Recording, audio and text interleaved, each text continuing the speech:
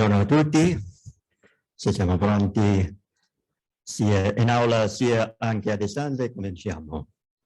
Carissimi convenuti, con animo particolare. Thank you very much. I'm delighted to be here with you, and I would like to greet you all on behalf of the whole community. Welcome to this event about ethics in the blockchain, analysis and with the industry operators. I would like to thank the organizers of this event. I'd like to organize them. I'd like to organize the group. And I'd like to remind you that in November 2021, we held the event Blockchain with the University of Rome. I'd like to thank Matilde Dine, Director of the Department of Human Sciences. She should be connected. She should be here, if I'm not wrong. I'd like to thank all the speakers, Mr. Guido Trafficante, Professor of Economics of the University of Rome, Mr. Rodriguez, who graduated in philosophy, Valerio Vallefoque, Mr. Luca Covagnola,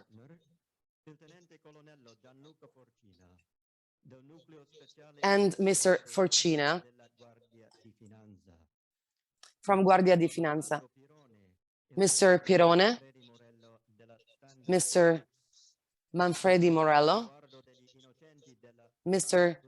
Eduardo degli Innocenti, and I'd like to thank the moderator, Mr. Alessandro Galimberti from Sole 24 Ore. I'd like to thank all the people who are here, and I'd like to thank Giuseppe Chusser.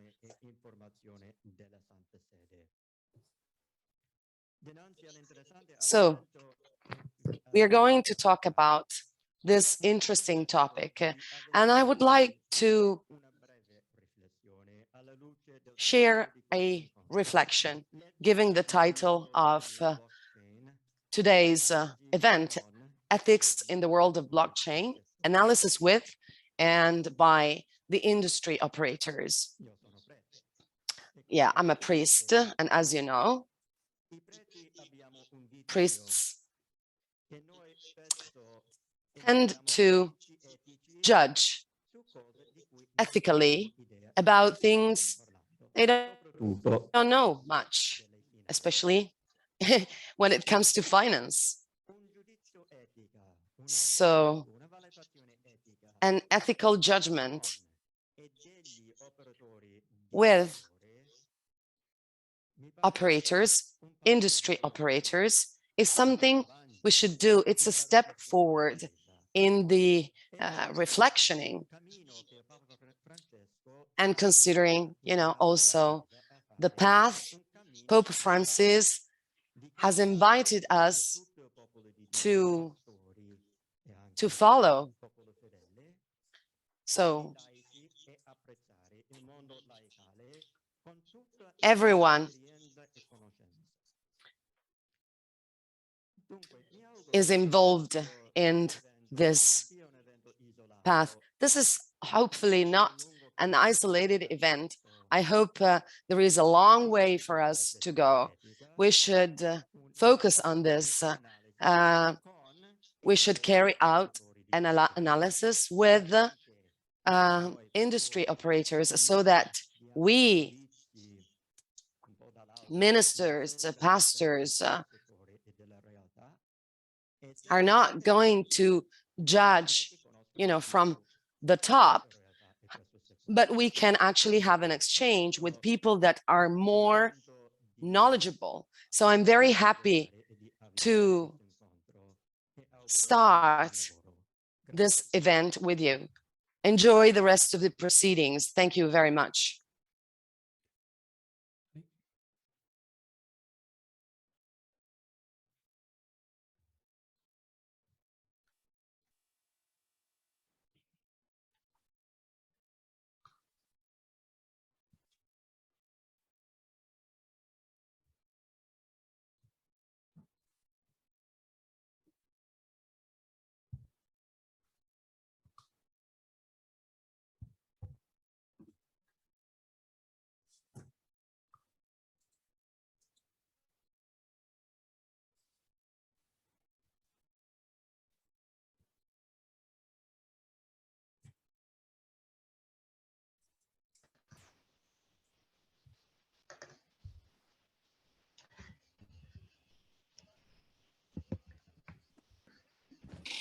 Ecco, scusate, vedo che l'operatore mi ha aperto il... Excuse me. quindi credo... Yeah, I just wanted to say that I was unmuted, so I'm delighted to talk. I'd like to introduce myself. I'm Miss Bini. I'm representing the faculty, the university I come from, and I would like to thank, first of all, the organizers of this event, and I'd like to welcome all participants. I'd like to thank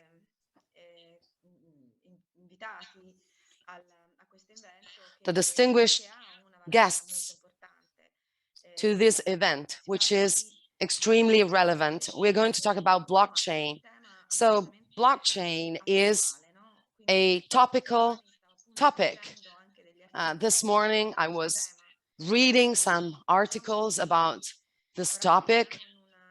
We are living in a world where technologies are advancing very fast. We have already lived similar eras, such as the era of the internet. So we have to consider what we are doing today. And we also have to take into account the new generations, which are growing up in a different time period compared to us.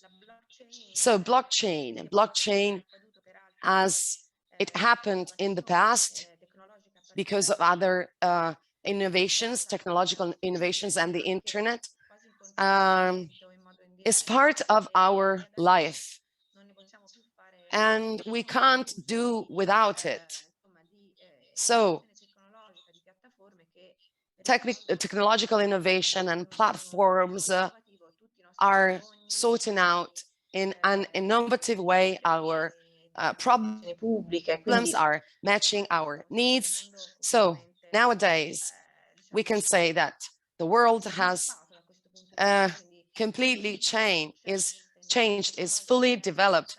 At the beginning, the technological innovation was confined to some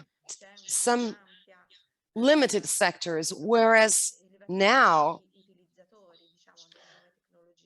there are so many users.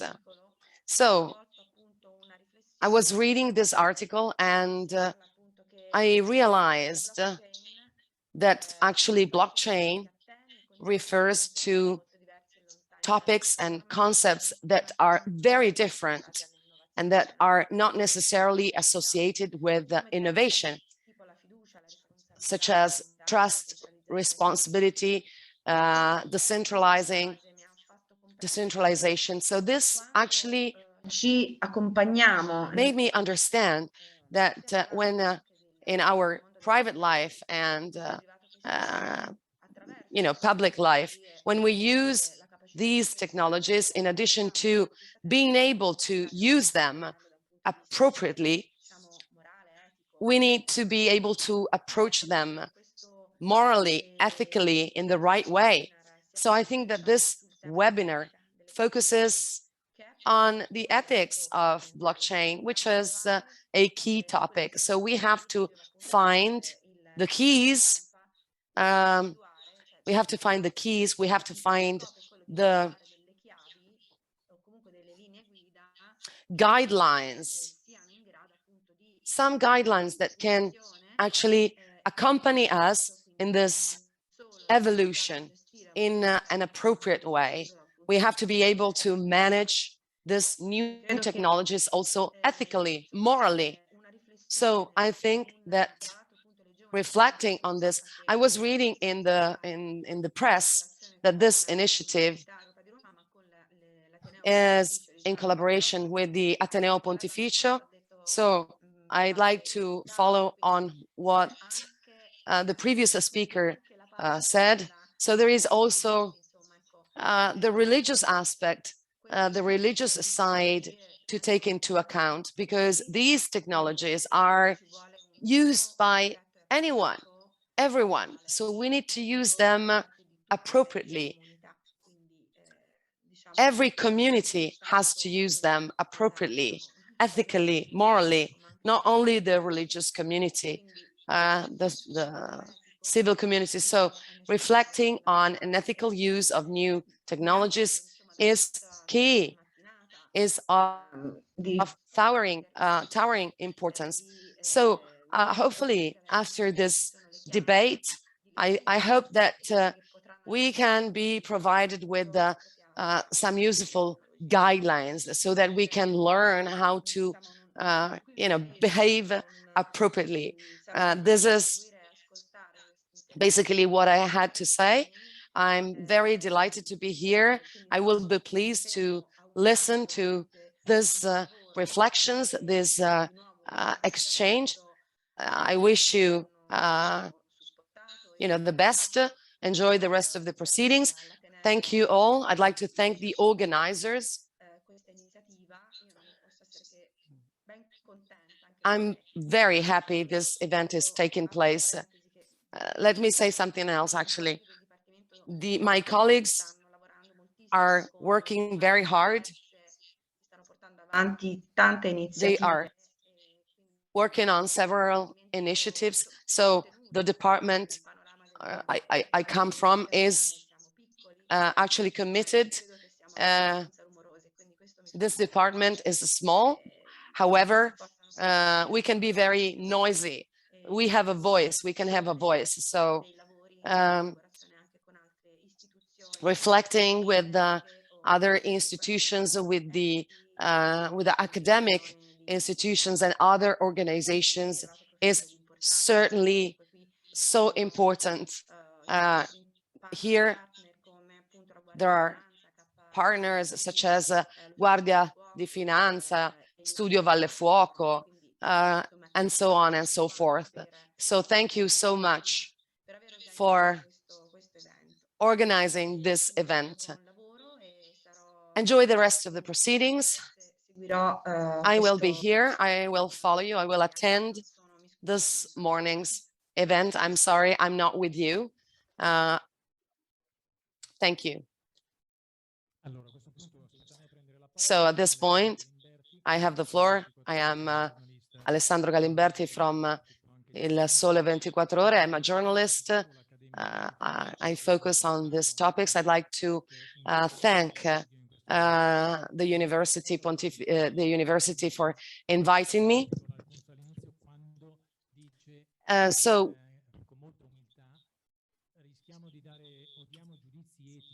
we risk so the priest said we run the risk of judging without being knowledgeable. So and he said this very in a very humble way. So it's important for us to have this debate all together. We need to understand in which meta universe actually we are working. So in the past, risks were not taken into account. So it's time for us to do that. We have to understand this second technological revolution that we are experiencing, we are living. We have to consider ethical principles, and the lab is this lab is extremely important. I will not dwell much because there are many other speakers, prestigious, illustrious speakers, and I would like to give the floor to them.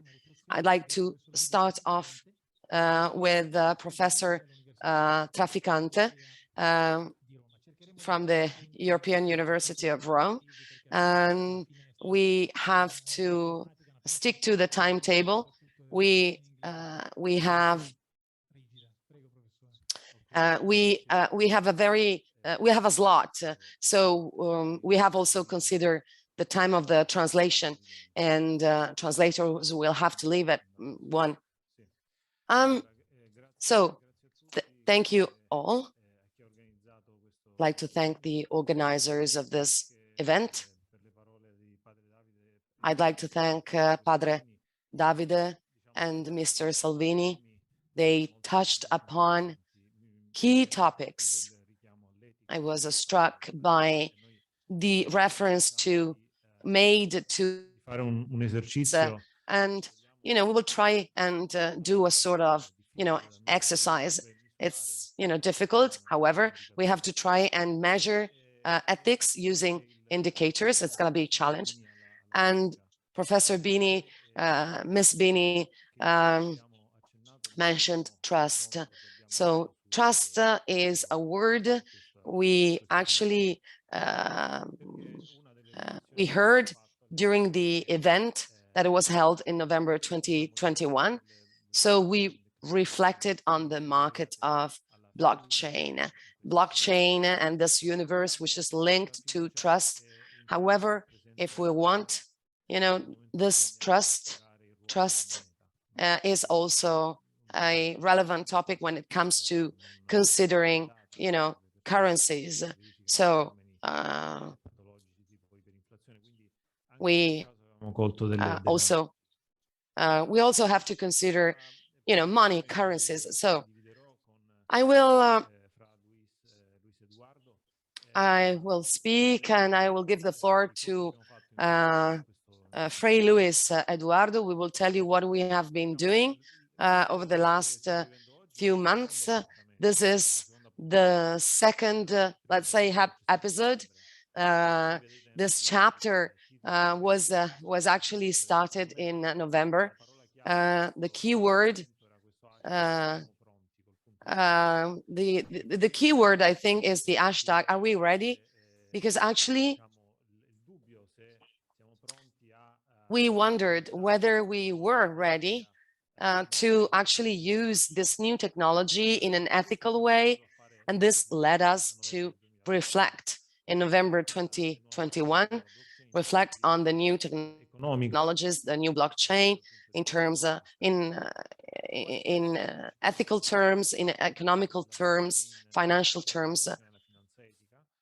So the main topics covered were blockchain and ethical finance, economic evolution, the criticalities, taxation, as well as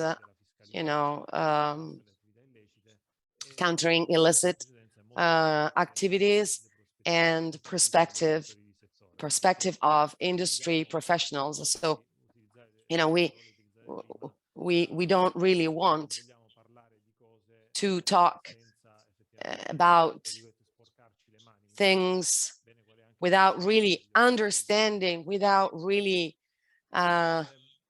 analyzing these things. So all these topics had been covered during the meeting that was held in November 2021. And then since January 2022, the new technology ethics lab, LENT, has been working with the dissemination and training purposes, also involving the Catholic universe. So this is a collaboration between Ateneo Pontificio, the university, the European University of Rome. So we have, different skills and we have different perspectives. So so I think that interdisciplinarity should be seen as an advantage. We have to leverage this. What we are going to do today is basically an analysis of an exchange we had, and we will try and provide an indicator of the ethical nature of the blockchain. So as I said at the beginning, measuring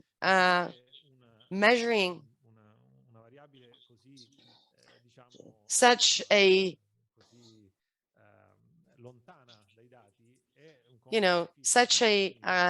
variable, so ethics, the ethical nature is really challenging. It's going to be really challenging. So we wanted to have the possibility to rely on indicators that could help, but as I said, that was challenging.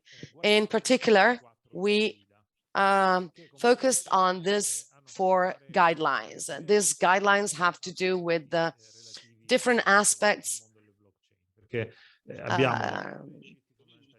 regarding the blockchain. So we have the protection of human rights,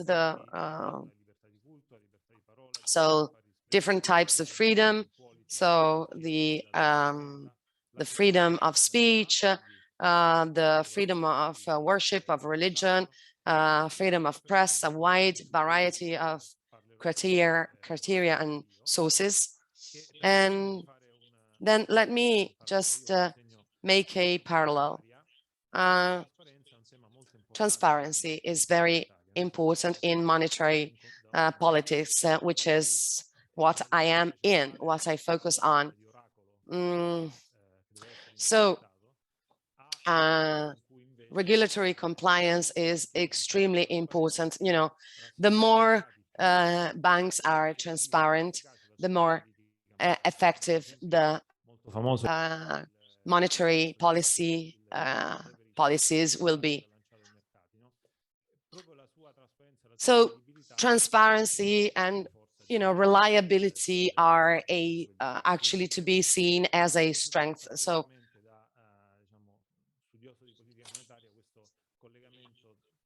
I really, like the word transparency and how transparency is connected to, the monetary universe. And then we will focus on the technological aspects regarding blockchain.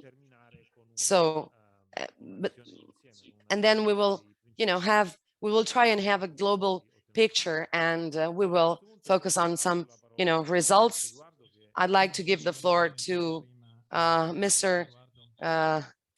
Luis Eduardo Rodriguez. He has a degree in philosophy, so he will share with us his perspective.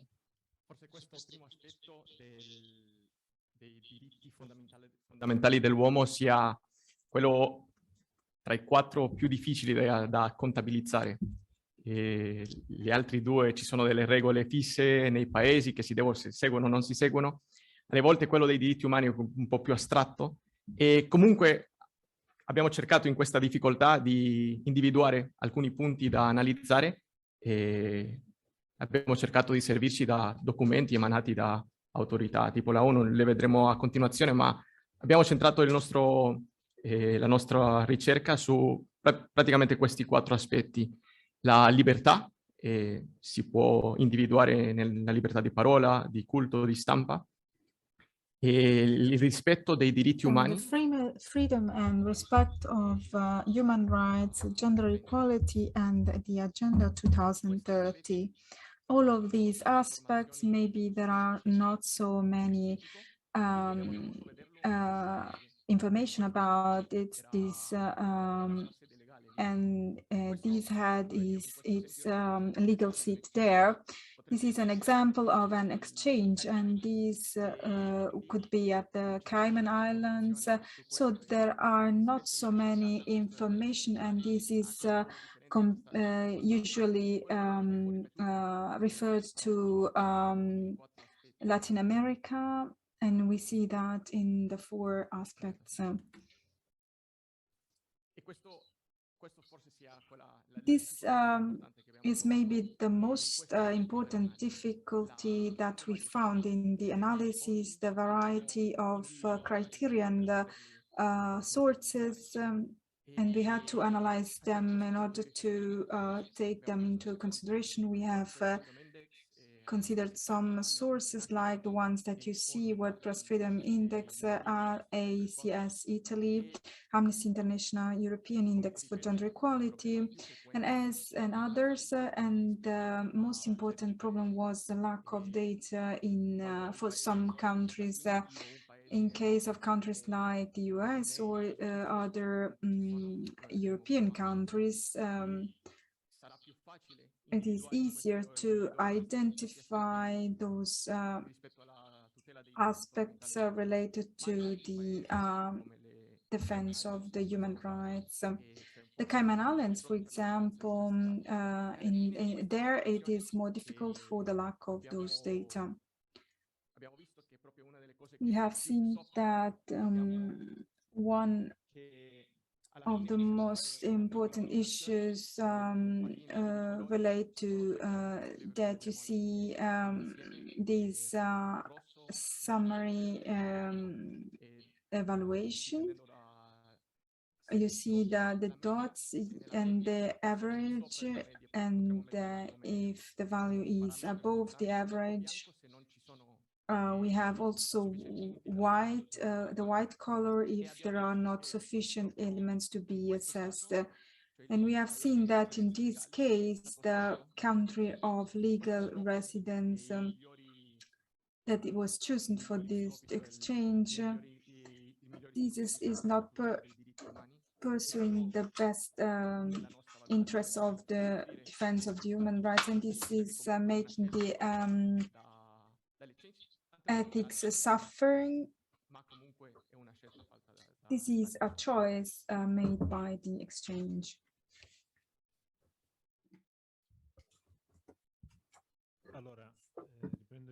So I take back the floor in order to discuss about another guideline that we have assessed, the transparency of information. The idea is that communicating in this sector can give a signal of ethics. Not all of the information left by the exchange are ethic, and the presence of on social media doesn't mean that there is ethics in the exchange operator that is going under assessment. The topics that we have taken into consideration are the presence of educational elements, and this tells us about the kind of educational topics of the market and the products that are offered, how they are transmitted to the from the exchange. And another indicator is the number of followers on social media. We have seen the presence on social media as that was verified in this case. This is not implying that there will be ethics in the operations carried out by the exchange. And if they are on social media, there is an indirect check or indirect control in terms of hashtags or debates that are carried out on social media. And this implies that it is important for the exchange to communicate in a certain way. Then we have seen looked at the presence of reference contact, so the activities of the blockchain are not physical. This is not an activity present in a certain territory. So everything is organized electronically. So to have an email address or a platform available for the investors, this is an aspect that reveals that the exchange wants to be transparent about the information. The other two indicators are the press review and this term adverse media, which I will explain soon. Maybe this is the most controversial aspect to be looked at. So the press review is referring to what the press is saying about the exchange and what is released in terms of information, while the adverse media is a more complicated topic where there are news that are released by the media related to the exchange that are discrediting the exchange. Let's think about money laundering, for example.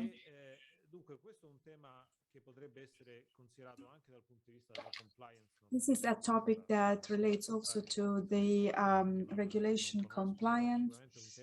This is a topic that has to do with the regulations, but we considered to take into account the reaction, the adverse media within the transparency of information, because for us it is important to see how the exchange is behaving, not just in terms of direct spreading of information, but also how it manages situations where information are not coming directly from the exchange, but they are spreading very rapidly on the social networks, and how it manages to deal with negative news or information related to its image.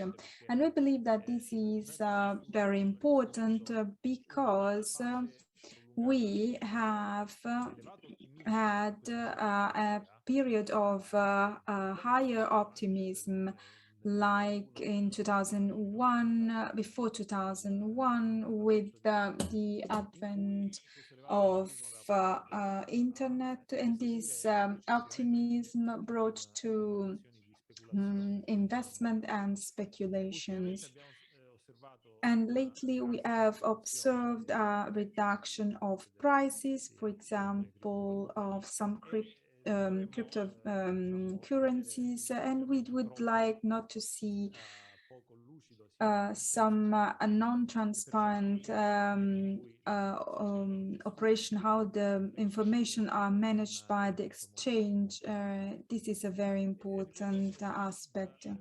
And I reiterate, personally, I like this emphasis on transparencies and transparency of information, because today with information you cannot address the choices and channel the choices of consumers and of the markets. And this is not just the case of the blockchain, but also, as said before, the central banks. We have seen examples of communication that was not so successful by the central banks. So the way the information are managed is very important in this sector. Well, in this sector, as said, we have assigned some clusters and points, colored points, to identify the distance from the average in the sector of the various exchange, and then the followers. So the exchange in question is around the average. Regarding the presence of educational contents and press review is okay. And then the adverse media, this relates to a particular event that has discredited the exchange. Now I leave the floor, because I would like to conclude my intervention. We will integrate with further data about the technology use, because there is a superficial profile and the drivers that we have mentioned until now. So there is an obscure part related to certification and we should know about what happens in this system of certification. This is one of the other topics that will be dealt with by our panelists now. So we have tried to give an emphasis to the analysis of ethical aspects, looking at technological aspects. It was not easy. It is not easy to assign ethic aspects to technologies. We are focused on two aspects: the environmental impact, and in the core of the blockchain, and the obscure part with how the nodes of the blockchain are used in terms of geographical distribution, as we have seen for the defense of the rights. We'll look at those nodes, where they are located, and the ownership of those nodes. Those technologies are distributed. It's a property that is distributed, and this makes the difference. Talking about the environmental impact, we all know the importance of those technologies in the certification of the contents, so the certification and the independence of this certificator, as we were discussing earlier. So to make some inquiries without having difficulties in connecting the various aspects. So the price to be paid is the energy aspect. So in order to notarize those information, the first of the algorithms that are used is the proof work, which is a competition to solve mathematic questions. So the ones who make that for first, they receive a prize and a certification. So in order to solve those problems, one needs the computational capacity, and this implies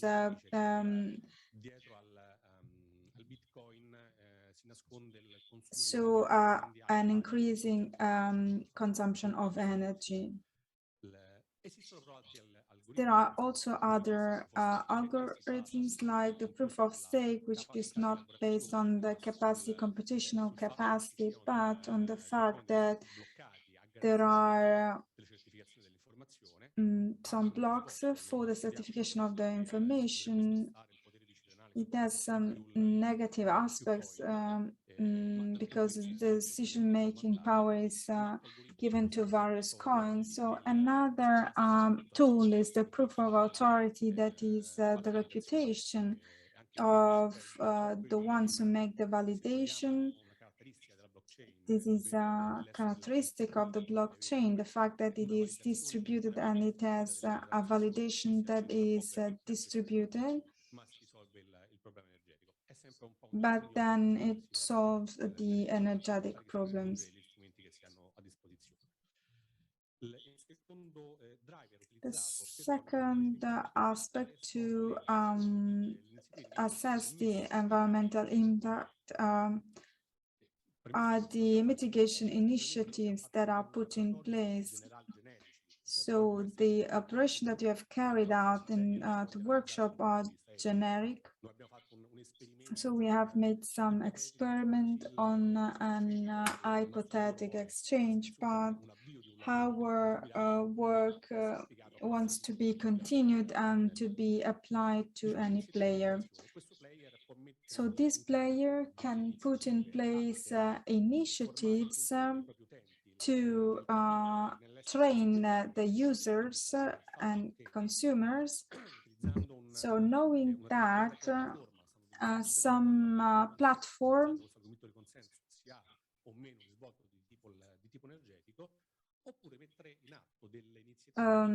would put in place some initiatives to compensate the energy consumption. So the entire energetic transition was based on that system for the compensation of CO2 emissions. So specific initiatives like planting trees and other things that the player can put in place in order to compensate its energy consumption. This goes for the environmental impact. For the nodes, we have analyzed the topic of the geographical distribution of nodes. So we see if those nodes are concentrated in a place of the world where the human rights are not so protected, so the player is not one of the best ones. So the blockchains are born on the concept of distribution, the fact that there is a distribution of nodes and that the information is validated by various subjects and they have no common interest. If there is just one player, this could be it could trigger an alarm, and this could happen without having negative consequences. We have companies that have created some blockchains to make experiments, and then they use them for their customers. In that case, the guarantee of neutrality of the blockchain vanishes because there is just one player. Those are the two main aspects that we have assessed. First, the environmental aspect is linked to the experimentation that we did in the GSE. So this experiment was linked to other sources that were not energetic. So the transition to renewable energies, one of the requirements of the tender was that was the energy consumption. So, and we used the algorithm that we mentioned. Given those aspects, we have tried to assess how they could characterize an exchange, and to apply them to an exchange was not easy because in terms of an exchange is working on many blockchains, and it is not possible to report on all of them, but what we can use are mitigation actions put in place by the player, and our assessment is if it's totally positive, there is a green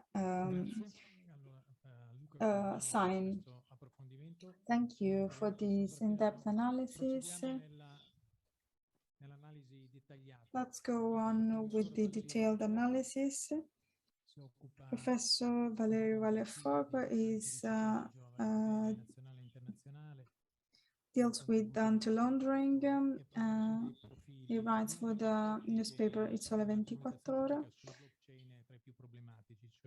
So this is one of the most important topics and issues for a technology like the blockchain.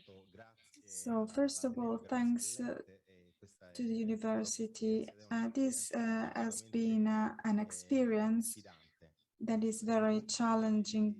This is a group of technical staff, but also younger and older ones, we have exchanged a lot of personal experiences, and we have put in place our experiences in order to find some indexes to be used. This is the start of a project, but it is also interesting to see the exchange with other experts of other sectors. To me, to the Guardia di Finanza, we had to deal with the regulatory compliance. It is very interesting, but also useful in terms of communication, because in this market, it is crucial to have a simple storytelling, because if it is not simple and we do some too technical storytelling, we are not giving the right training and contents.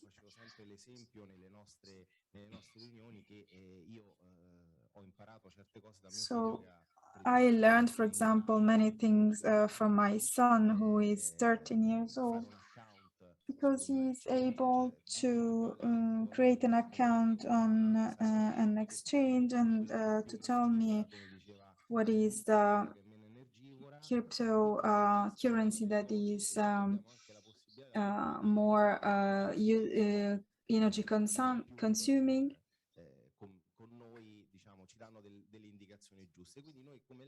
So as a body, what we would like to do, so we have tried to find out some indexes. So ethics means the law, respecting the law. So, for example, the respect of the human rights. So, between economy and ethics, there is also the law. So there is a regulatory compliance. So we have chosen jurisdiction. We have looked at transparency according to the criteria of the OECD, the cooperation with authorities. For jurisdiction, we have entered communication transparency and the index of corruption. Then license and authorization. If you want to carry out those activities in a professional way, you should have an authorization by an authority. And this is part of the security of the market. We have some frauds in the US.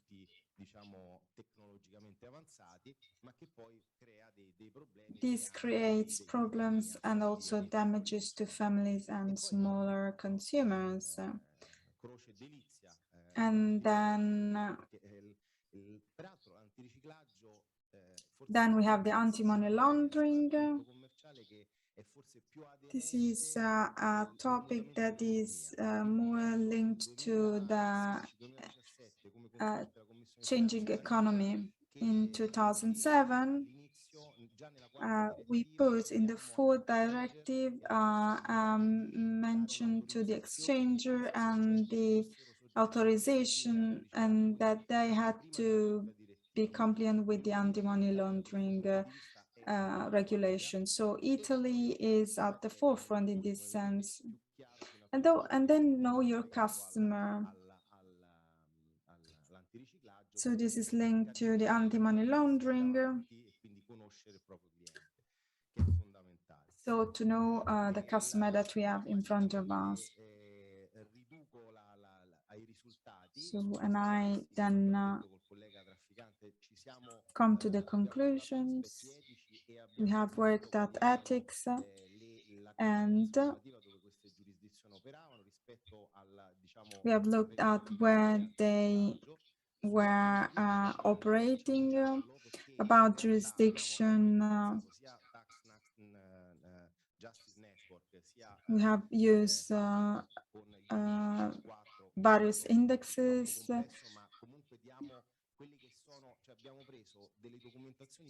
So we have had some official assessments in order to avoid prejudice using data that are widely spread and known. And indeed, there is jurisdiction, and the exchanger from the Cayman Islands, for example, they use that jurisdiction, and there is a low level of effectiveness in the application of regulation that is rather low. So on the regulatory side, there is compliance. So there is surely a step forward in this sense. Fare come riferimento è che ci siamo anche aggiornati alle ultime comunicazioni, quindi in Italia abbiamo avuto la Banca d'Italia che recentemente ha fatto una comunicazione in materia di tecnologie decentralizzate e finanza delle criptoattività, che è quasi, diciamo, una sorta di moral suasion, un richiamo a quelle che sono le nuove normative, e forse ha dato anche, secondo me, poi leggendo nelle righe, ha dato anche un richiamo espresso a chi vuole occuparsi di criptoattività anche in Italia, dicendo in particolare il decreto sui VASP, cioè sapete che in Italia c'è ormai un registro tenuto dall'OAM che è un ente che tiene i profili di questi soggetti e cui si devono registrare. I VASP sono Virtual Asset Service Provider, quindi i famosi prestatori servizi di portafoglio elettronico, e si devono iscrivere a questo OAM, che è riservato ai soggetti con sede legale in Italia o ai soggetti UE con stabile organizzazione in Italia, virgola, non essendo ammessa l'operatività nella forma di libera prestazione di servizi. Questa è già un'indicazione del regolatore, cioè se volete operare in Italia dovete iscrivervi all'OAM. E questo è molto interessante. Altra Europa, Europa è il famoso MiCA, che è Market in Crypto Asset, quindi finalmente c'è stato l'accordo, perché è molto lungo, tra Parlamento e Consiglio, e finalmente ci saranno delle regole comuni, ma forse stiamo arrivando tardi, forse sì, perché l'applicazione sarà tra 18 mesi e quindi probabilmente c'è un problema. Il richiamo è comunque sempre all'antiriciclaggio, perché l'Amica dice va bene, io comunque ho una normativa antiriciclaggio, non mi sovrappongo, però la BCE dovrà trovare e pubblicare un elenco degli exchanger che non hanno attività conformi, quindi in realtà è una sorta di avviso, di alert ai consumatori attenti che questi soggetti, no, operano al di fuori delle norme. Ultimo aspetto che abbiamo analizzato proprio del 30 giugno 2022, lo studio dell'aggiornamento del rapporto del Gafi, che sostanzialmente dice, guardate che è importante applicare la cosiddetta travel rule, cioè quella regola che dice applichiamo l'antiriciclaggio per sapere chi ordina e chi riceve il bonifico. Almeno questo è fondamentale. E chi fa un po' di statistica, ci sono 98 giurisdizioni che hanno risposto all'indagine Gafi, solo 29 di queste giurisdizioni hanno approvato delle leggi pertinenti, ma purtroppo sostanzialmente pochissime di queste hanno la famosa effettività, hanno applicato questa norma. Io vi ringrazio. Solo una domanda, quando si parlava di giurisdizione, no? Sì. Era un punto critico del rating, il semaforo giallo, come è regolata qua? Perché già abbiamo avuto un'esperienza con la primo internet abbastanza traumatica. È un foro convenzionale quello che sceglie? È la sede legale del soggetto che presta l'operatività di exchanger, e quindi sostanzialmente in questo caso era un grosso exchanger che aveva sede legale nei Cayman Island, che hanno l'autorizzazione, che rispettano l'antiriciclaggio, ma che hanno un, diciamo, livello di effettività non adeguato. Quindi la giurisdizione è stabilita in base Sì. a dove è stabilito l'operatore. Anche perché quella ti dà anche la trasparenza, la cooperazione amministrativa ed eventualmente la cooperazione e scambio di informazioni. Molte grazie. Grazie Professor ancora. Valefuoco. Allora, questa era la prima fase di illustrazione dei rating applicati, i driver in sostanza di questa analisi e di questa operazione del laboratorio di etica delle nuove tecnologie. Volevo sentire il professor Traficante e Luis Rodriguez soprattutto. Sì, soprattutto per finire possiamo vedere l'insieme di tutti questi aspetti che abbiamo commentato prima e vediamo come, in fin dei conti, non è che sia il paradigma di exchange che vorremmo proporre, cioè ci sono degli aspetti in colore verde e quindi positivi, ma ci sono anche quelli gialli e quelli rossi, ma soprattutto possiamo vedere che quelli che sono più negativi o neutri negativi sono quelli che non dipendono tanto dall'exchange, da questo player, sono quelli che dipendono dal luogo in cui è stato iscritto legalmente.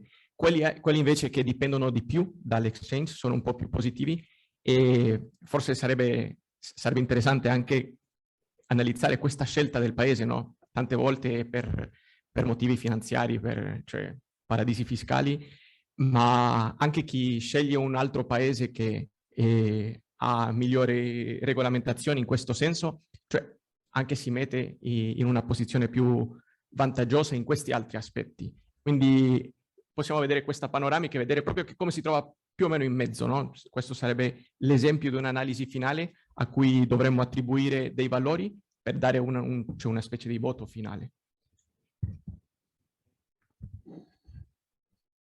Quindi, riassumendo, quello che siamo arrivati a fare è appunto uno score finale che tenga conto dei parametri che abbiamo individuato per ciascuna linea guida. E come diceva un minuto fa Luis Eduardo, vogliamo quantificare questi e assegnare un voto, un rating all'exchanger che abbiamo analizzato qui, ma come si diceva in precedenza questa metodologia vuole essere generale, non esclusiva di un singolo exchanger, anche per poi effettuare analisi comparative evidentemente.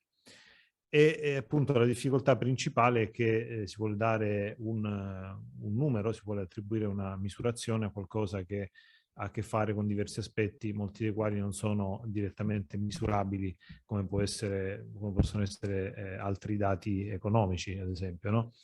Però riteniamo che questo sia molto importante da fare, perché come diceva giustamente prima il collega Vallefuoco, uno dei problemi di questo mercato è che probabilmente non c'è molta chiarezza, le informazioni non arrivano in maniera esplicita, in maniera facile da interpretare.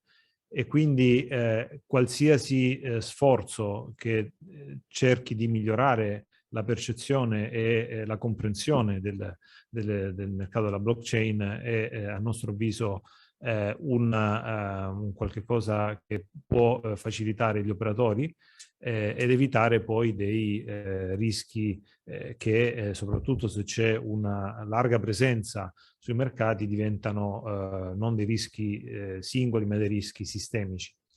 E questo è particolarmente importante perché negli ultimi tempi abbiamo visto un crollo delle valutazioni delle criptovalute.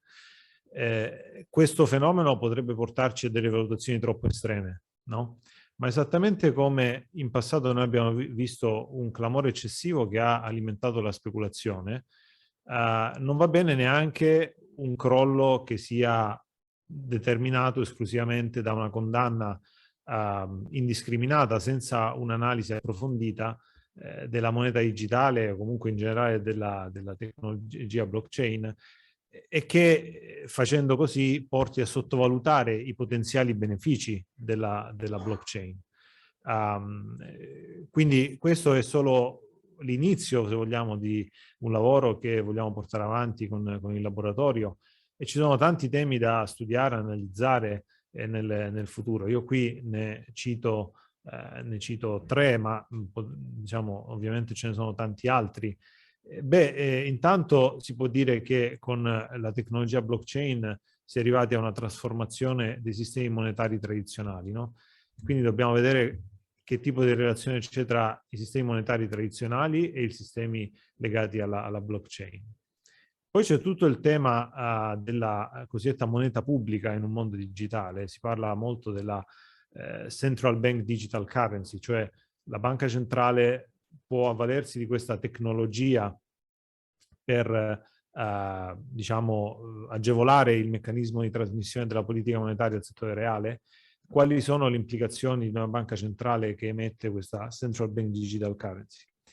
E infine il futuro della blockchain, quindi non solo legato evidentemente alle criptovalute, ma a tutte le applicazioni in cui la blockchain può essere utile, soprattutto pensiamo a dei contesti di economie in via di sviluppo dove diciamo, problemi di natura finanziaria potrebbero essere diciamo, superati attraverso un uso molto più frequente della tecnologia blockchain. Grazie. Grazie anche al professor Trafficante. Adesso entriamo in un ambito più problematico. La blockchain è una tecnologia che come tale è neutra. La criptovaluta è un'applicazione, può essere usata pro bono, anche non pro bono. Il tema è quello essenzialmente di una chiara regolazione, di una chiara giurisdizione per combattere i fenomeni di abuso che sono connaturati, purtroppo fa parte della natura umana, perseguire fini liciti, ma una minoranza anche fini illeciti con modalità illecite. Allora facciamo una fotografia su questo mondo della prevenzione e del soprattutto perseguimento dei reati commessi attraverso le nuove tecnologie, e quindi con il tenente colonnello Gianluca Forcina mi concludo, scusi, il nucleo speciale di polizia valutaria della Guardia di Finanza. Prego. Esatto. Buongiorno a tutti, intanto ringrazio anch'io, mi unisco ai ringraziamenti formulati dall'Avvocato Valle Fuoco nei confronti dell'Università e dell'Ent per la partecipazione a questo gruppo a cui mi sono unito, dei diversamente giovani a cui sono onorato di appartenere, e dove porto la mia esperienza, l'esperienza di appunto appartenente a questo nucleo speciale di polizia valutaria della Guardia di Finanza, che ha competenze a livello nazionale in materia appunto di tutela dei mercato dei capitali, e quindi di contrasto a tutte quei fenomeni che illeciti vanno ad incidere sulla corretta formazione intanto dei prezzi di mercato e soprattutto sulla corretta movimentazione delle monete, e quindi di contrasto ai fenomeni particolarmente del riciclaggio e del market abuse, che sono due degli aspetti peculiari che a me interessava oggi venire ad esporre, e delle modalità con le quali la Guardia di Finanza cerca, seppur naturalmente per i necessari limiti di tempo esporrò in maniera semplificata, cerca appunto di contrastare. Nucleo che, come vedete, ha sedi dislocate su 4 sedi su tutto il territorio nazionale, ma che si avvale comunque di tutte le ulteriori strutture del corpo sull'intero territorio nazionale, e che deve affrontare appunto l'aspetto patologico dell'utilizzo delle blockchain, che so bene ha prioritariamente tutt'altra finalità, ma che necessariamente può essere ed è in realtà utilizzato anche per scopi illeciti, tra cui quello necessariamente del riciclaggio di proventi derivanti da attività illecite, che sulla base di recenti analisi effettuate da Chain Analysis si limitano, è vero, su importi di circa 8 miliardi nel 2020 di criptovalute transitate da indirizzi legati ad attività illecite, e di queste circa 8,6 miliardi di dollari utilizzate ai fini del riciclaggio di denaro. Quindi dobbiamo andare ad attenzionare questo tipo di settore, questo tipo di framework all'interno appunto di un utilizzo che, ripeto, normalmente dovrebbe essere lecito della blockchain, ma che tuttavia si presta abbastanza facilmente alla esecuzione di quelle che sono, nell'ambito del riciclaggio, le 3 fasi fondamentali del riciclaggio, attraverso il collocamento di proventi di attività illecite con il collocamento di tali importi all'interno della blockchain attraverso local Bitcoin exchanges, che sono degli exchanger che consentono appunto di cambiare moneta fiat in moneta virtuale senza particolari richieste informative nei confronti del possessore, del detentore del denaro, la possibilità appunto di stratificare queste somme attraverso il frazionamento degli ammontari dei proventi illeciti, utilizzando anche tecniche di mixing o di tumbling, di difficile appunto tracciabilità, e successivamente la possibilità di integrare nuovamente quegli ammontari nell'ambito dell'economia lecita attraverso reinvestimenti anche online, ovvero il cambio di quel denaro, di quei virtual asset in denaro contante. Come riusciamo a contrastare questo fenomeno? In maniera particolarmente impegnata utilizziamo gli strumenti che la normativa croce e delizia di cui parlava l'avvocato Valefuoco ci consente e mette a disposizione, ossia la normativa antiriciclaggio. Uno degli aspetti più importanti è quello dell'utilizzo delle segnalazioni per operazioni sospette anche da parte degli operatori del settore. E qui mi aggancio e lodo il legislatore italiano alla iniziativa pionieristica che ha avuto a seguito del recepimento della quarta e poi della quinta direttiva nell'introdurre tra i soggetti obbligati appunto gli exchanger e i wallet providers, che hanno dato e che continuano, il grafico lo testimonia, ad fornire una certa sensibilità nella segnalazione di operazioni legate all'utilizzo e alla movimentazione di virtual asset nell'ambito appunto del sistema legale della circolazione di denaro, e che naturalmente vengono sviluppate ed approfondite da noi e da tutti gli altri reparti del corpo, che naturalmente nella maggior parte dei casi tendono ad svilupparsi anche in indagini di natura penale.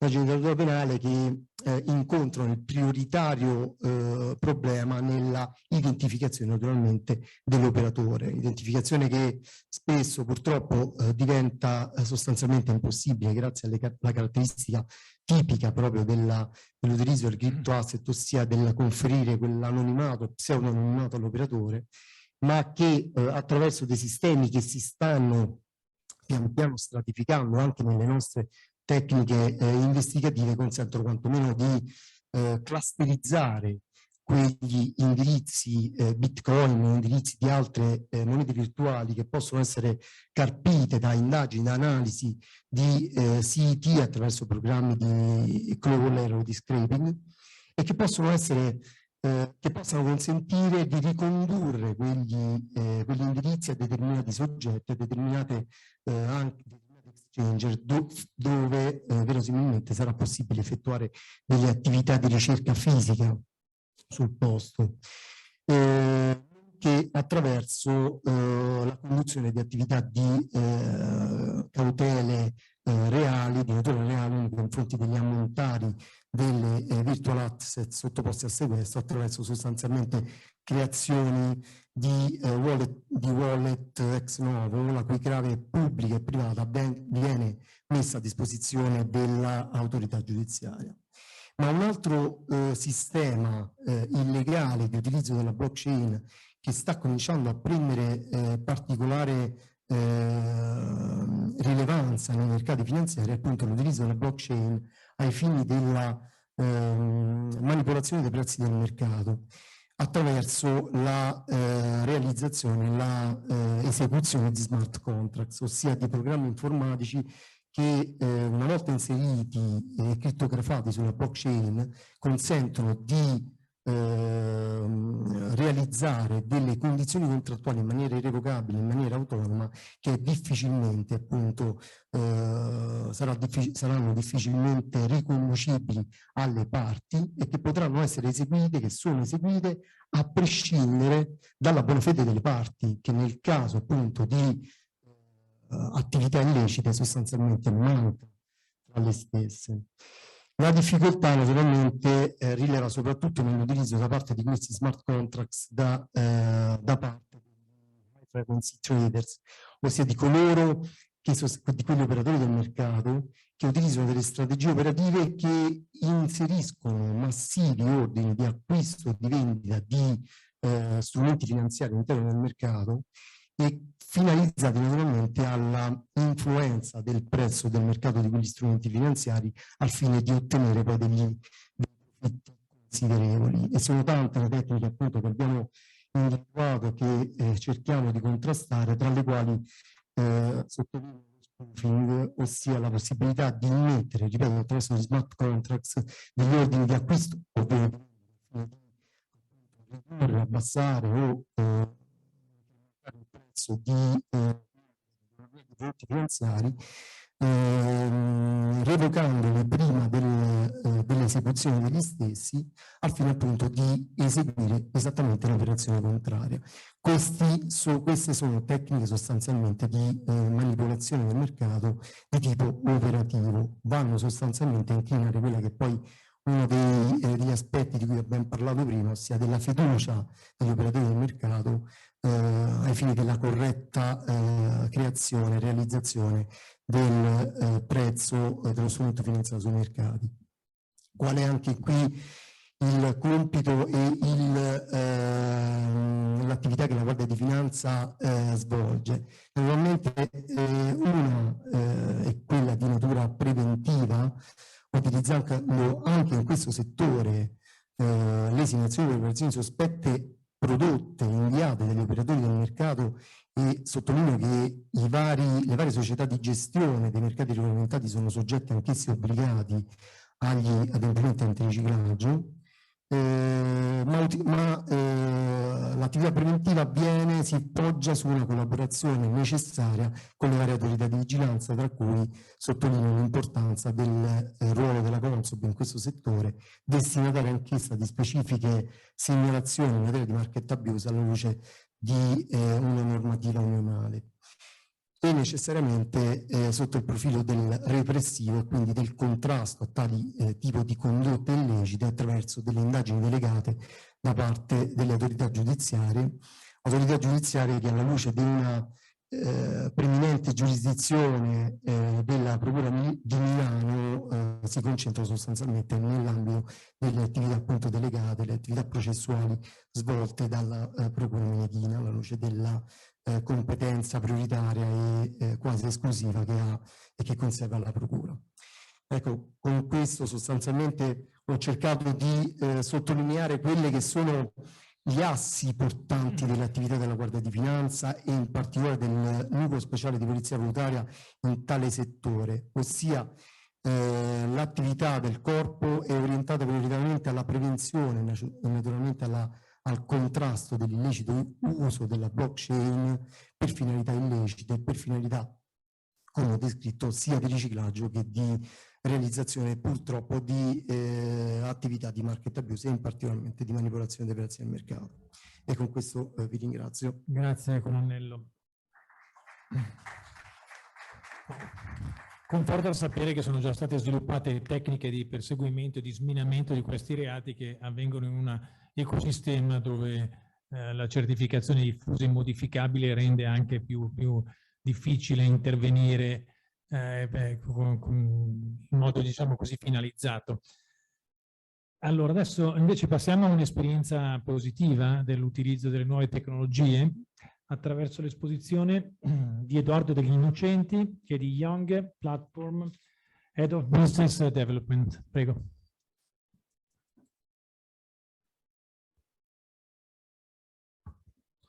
Salve a tutti, allora, grazie mille per l'invito. Sono qui in rappresentanza di Young Platform, che è uno dei crypto exchange, se non il leading crypto exchange in Italia, e rappresenta sostanzialmente un caso d'uso molto concreto. Siamo in sostanza quelli che si trovano sulla prima linea con tutti gli utenti e che quindi ogni giorno dobbiamo affrontare sostanzialmente l'evoluzione di questa tecnologia e ogni giorno ci poniamo sempre domande, cerchiamo sempre di migliorare perché stiamo attraversando un periodo molto, molto importante, un periodo in cui una tecnologia come la blockchain, e io Da ingegnere informatico ho vissuto tutta la parte dell'artificial intelligence, che non è ancora finita, tra parentesi, perché di etica sulle AI si potrebbe parlare per settimane, di fatto, e già dobbiamo poi affrontare invece l'etica per quanto riguarda la blockchain. Tutte tecnologie che hanno un impatto incredibile, una disruption fortissima, ma dove andremmo se non ci ponessimo le giuste domande da quel punto di vista lì? E siamo qui anche per stimolare questo tipo di dibattito. Noi siamo un crypto exchange e quindi rientriamo nell'OAM, siamo anzi i primi a essersi iscritti, non ha una valenza il fatto di essere i primi o gli ultimi, ma per dire quanto ci teniamo, siamo un BASP e siamo veramente contenti che anche l'Europa si stia muovendo dal punto di vista della regolamentazione. Abbiamo parlato dell'amica, abbiamo parlato di mettere un framework in una tecnologia che ha delle potenzialità incredibili. Young Platform è un caso interessante perché si basa su due pilastri. Il primo è la compliance. Young Platform è sempre stata compliant o addirittura over compliant prima del regolatore, perché parliamo tutti i giorni con i regolatori, parliamo con Consob, Banca d'Italia, la Guardia di Finanza, perché vogliamo raccontare questa tecnologia. I founder di Young Platform non hanno neanche 25 anni. Okay? Stiamo parlando di 6 ragazzi che usciti sostanzialmente dalle scuole superiori hanno iniziato l'università, non hanno proprio neanche fatto in tempo a finirla che c'era una mission più grande, una tecnologia più grande che chiamava un'esplosione in Italia alla quale non si poteva dire di no. E noi quindi fin dall'inizio abbiamo deciso di essere compliant, non abbiamo concesso la leva. Il KYC, il Know Your Customer di cui abbiamo parlato prima, l'abbiamo sempre fatto, a differenza di altri player, perché sapevamo che era importante sapere chi avevamo davanti, perché siamo il punto di contatto tra il fiat money e le criptovalute. E questo porta in noi una responsabilità che sentiamo nostra come cittadini, come imprenditori, come tutto sostanzialmente. E questo è il primo pilastro. Il secondo è quello che un po' si può definire forse la madre di tutte le battaglie, che è l'educazione. Cioè un'educazione che non finisce mai.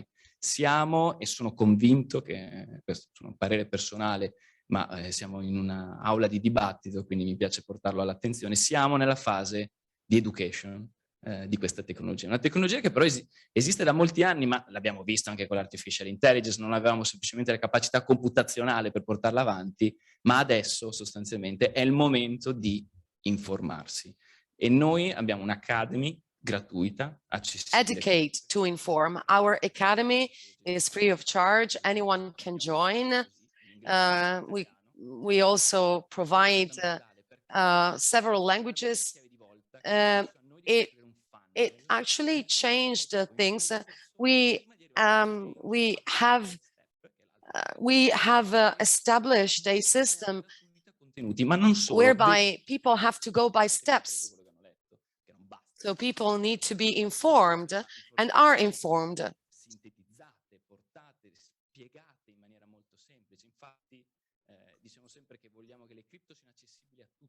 We want cryptocurrencies to be accessible to all, because channels and the way we deposit money in our exchange, it's becoming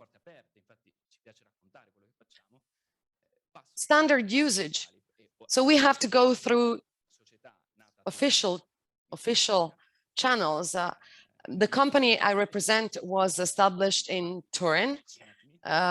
So we were established in Italy. Our goal is to become an international European player.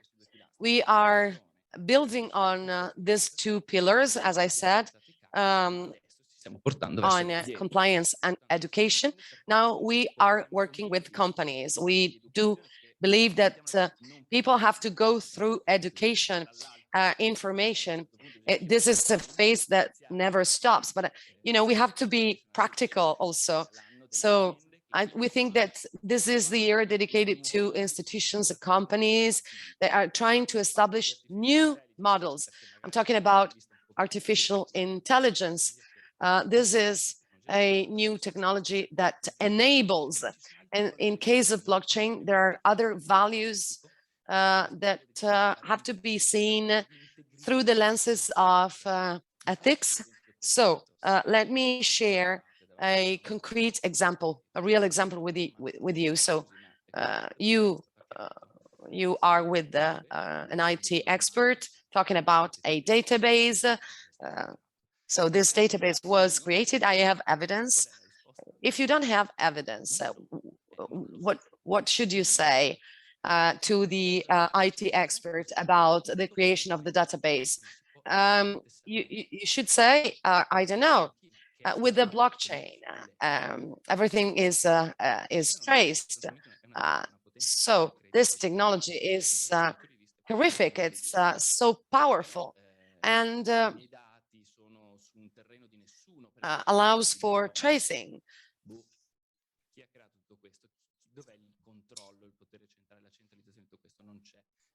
Where is power control? Is blockchain the field of nobody, a field where actually nobody is responsible? No, it's a field where everyone is involved, is a ground where everyone is the same. The people are on an equal footing. So doing everything with complying with rules, we need to have indications, directions. There are so many use cases, an endless number of use cases. We need to be very careful. If we do not use properly technologies, we will have a very big impact. So my company is building a B2B department. We want to accompany companies. We want to have an impact. We have, the customers. They are the first ones who actually take action. But then there are also, other players. I really enjoyed what I've heard so far, because I can see that a frame is taking shape. You are fine-tuning. I'm an engineer, so I saw figures, and I am happy that figures were shared. But I think that we have to focus on three things: the technological aspect. So there is someone who is actually building the technology. The technology works. What should we do with this technology? But we need to be transparent. Data should be integrated appropriately. Then the second thing to focus on is the economical aspect. So finance is not just technology. It has to do with finance. It's intertwined. So banks are involved. If technology works, I will not touch it. That's the approach adopted by banks. However, it's, we need to have new insights. And then the last aspect we should focus, last but not least, is that blockchain allows for building DAOs. So these are independent organizations that are based on the right to vote.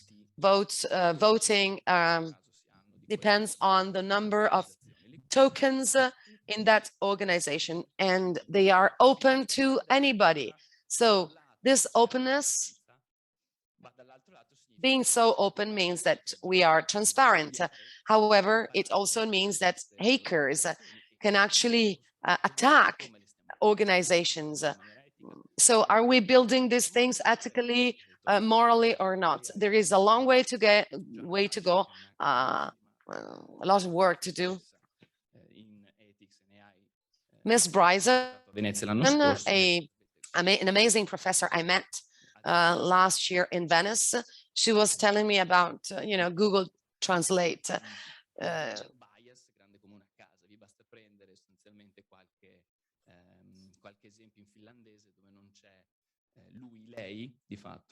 There is a gender bias when it comes to translation. Let's think of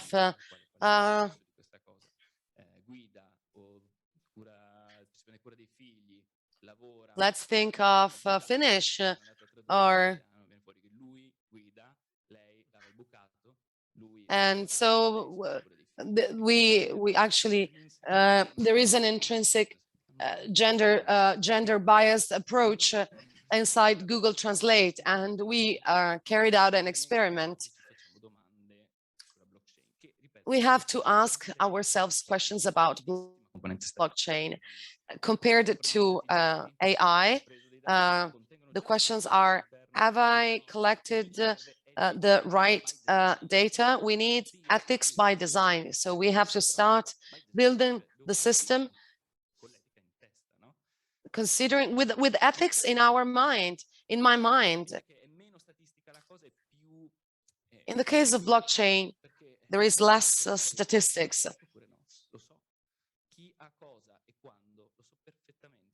We know everything, who has what. So thank you very much. Thank you very much. I like saying that, stressing that we are open to dialogue. We want to help. We started many years ago. I am 30 years old. We have many things to share. Our doors are open. We want to set an example. We want to act as if we were a benchmark. We don't want to miss opportunities. And you know where you can find us. Thank you. Grazie Edoardo degli Innocenti per questa sintetica e brillantissima esposizione, soprattutto anche per i valori etici che abbiamo sentito esprimere in un ambito dove la relatività in questo momento dei valori, insomma, origina anche un uso molte volte distorto. Adesso ci colleghiamo, credo, non so se sono presenti, con Armando Pirone e Manfredi Morello di Standard Ethics. Sì, buongiorno. Perfetto, da remoto. So che hanno anche hanno caricato una relazione che adesso ci presenteranno. Prego. Grazie. Probabilmente si aggiungerà a noi anche il nostro direttore della ricerca, che è Jacopo Schettini-Gherardini, che ci teneva molto a fare un saluto. Vi ringraziamo per l'invito. Io faccio una breve prolusione, poi con Manfredi abbiamo realizzato una sintesi di quella che è la nostra attività di fatto. Noi siamo un'agenzia di rating che svolge la propria attività sul modello delle operations according to the model of credit agency. So this is a similar model, but we only deal with sustainability. We assess sustainability looking at the three pillars, the ESG that you well know, according to some topics that imply also the guidelines that you have just mentioned. We don't look at the ethicality of a subject or a project. So we receive mandates to create some ratings for economic entities or projects connected to them. We do not look at the responsible or less responsible behavior of the subject or of the project that they propose. So we measure sustainability in absolute terms. Our evaluation relates to all of the industrial sectors. It's not specific of every single sector. So our intervention is the base of cooperation in various sectors. So the provocation would be, is your ratings coming before ours? If it's even possible to make this simplification, the one excludes the other, or the one completes the complements the other. So we will talk about that in our dialogue with you. The other specific topic about digital finance, we daily deal with this topic. We deal with economic subjects. Let's look at the thing about banks. and the problem of artificial intelligence, and which is used every day. So for our assessment, we refer to the indications of the international bodies and the best practices. You will see that in our detailed slides. So the UN, the OECD, and the UE. So about artificial intelligence, we expect that the European Commission will come out with a definitive document with recommendations regarding the use of the blockchain and the project ASAP. So you also deal with detailed analysis of promoters and companies that develop new technologies. But there is a lack of data. It's hard to identify them. They are not homogeneous, and there are lacks in terms of reporting, and the source of data could be available through the supplied by the blockchain in order to make subjective evaluations. I will stop here and I give the floor to my colleague. Thank you to all the panelists that before us, to the university that hosts us, and the ethics workshop for new technologies that, as we will see later, has decided to invite us and give our contribution in this place. I would not repeat what my colleague has already said in a very efficient way, just to make a summary of the aspects outlined by my colleague. Our entity is making ratings and makes assessments to the companies requiring them. The name of the agency is not to be confused, because the name has been chosen in order to indicate that this is an extra financial ethics on some standard ethics, the one that is defined by the international bodies, the EU, OECD, and UN. So we based on algorithms with variables, and in doing our assessments, we do not use artificial intelligence based softwares, but we are persons. So what is our activity? The evaluation of the level of compliance of the companies and securities according to the standards of sustainability defined at international level. Applying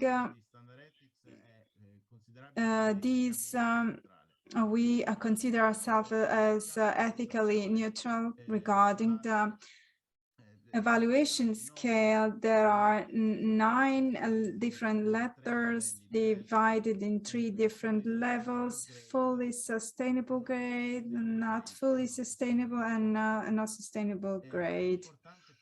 It is important to distinguish, so adding to what my colleague has said, what in the ESG environment is acknowledged as ethic finance, and what has been proposed by the agency in the paper proposed in the previous years regarding the systematic approach to sustainability, putting at its center future generations. In order to make this evaluation, we need to use the international principles.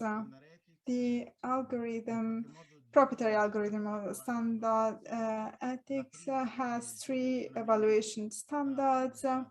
The first of the reference market, the second is the so-called economic democracy as defined by the OECD, and the third area is the governance of sustainability, the social environmental aspects that are described by the companies that are assessed.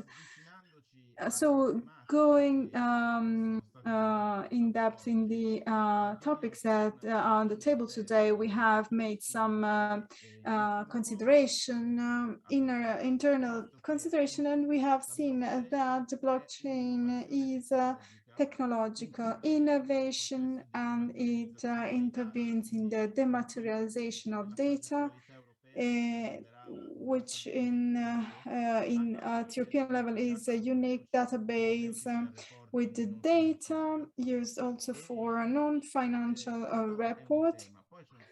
And this is one side. Then we have the cryptocurrencies that are under a huge debate.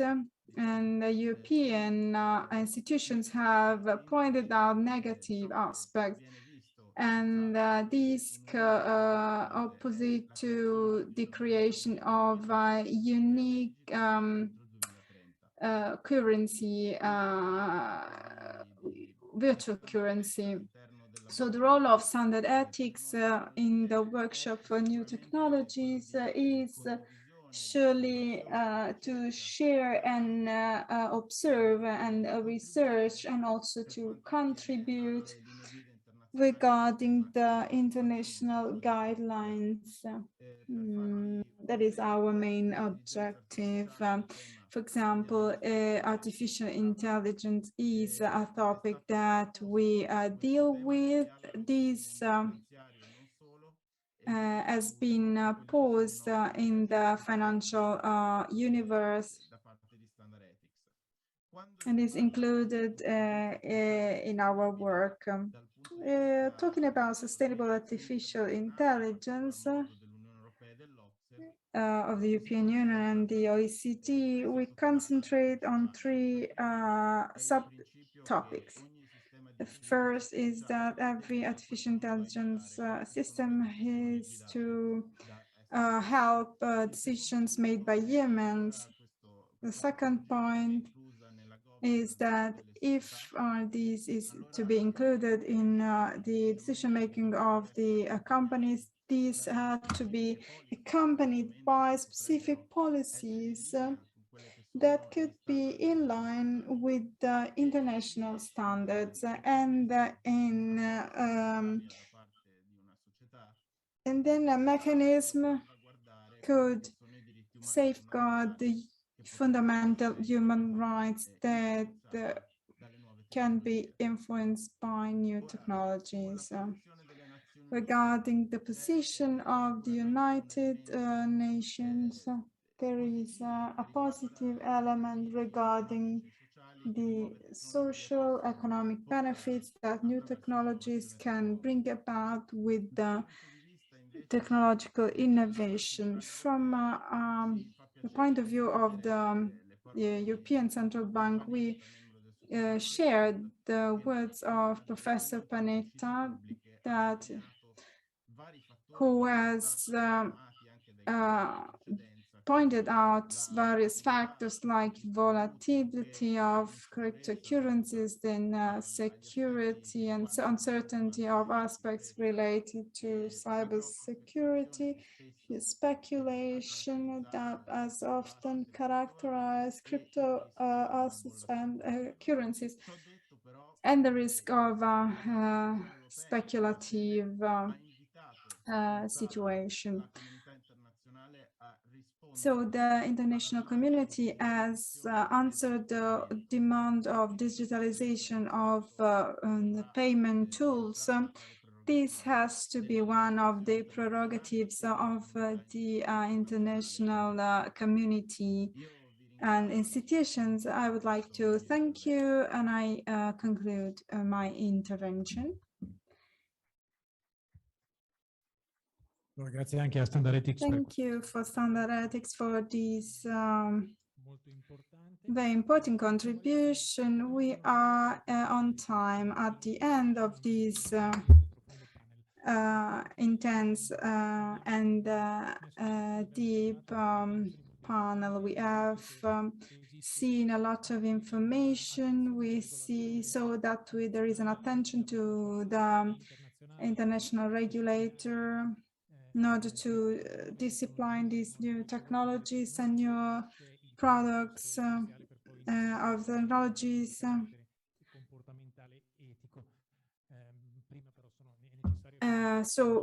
But also juridical rules have to be looked at, and they regulate the behaviors.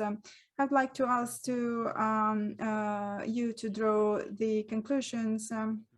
So instead of drawing conclusions, I would like to thank in the name of the university and the academy, the Athenaeum, everybody, the participants. I go back to the words of Father Kunz. Nobody of us knows everything that we have said today.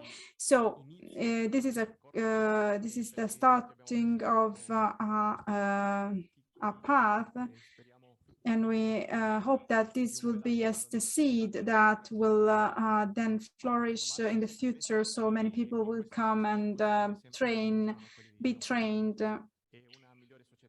So for a better society, these technologies give us a lot of possibilities, but if we only collaborate together, we can profit and take advantage of them and build the best society possible. So thanks for, if I could just to close in a few seconds, I would like to say that I am very comforted by the words that I've listened to today, because my worry of today was not to repeat the mistakes that have been done by by us in the past. So in order to have a better future, but those principles of democracy and horizontality that have accompanied the first stage of internet,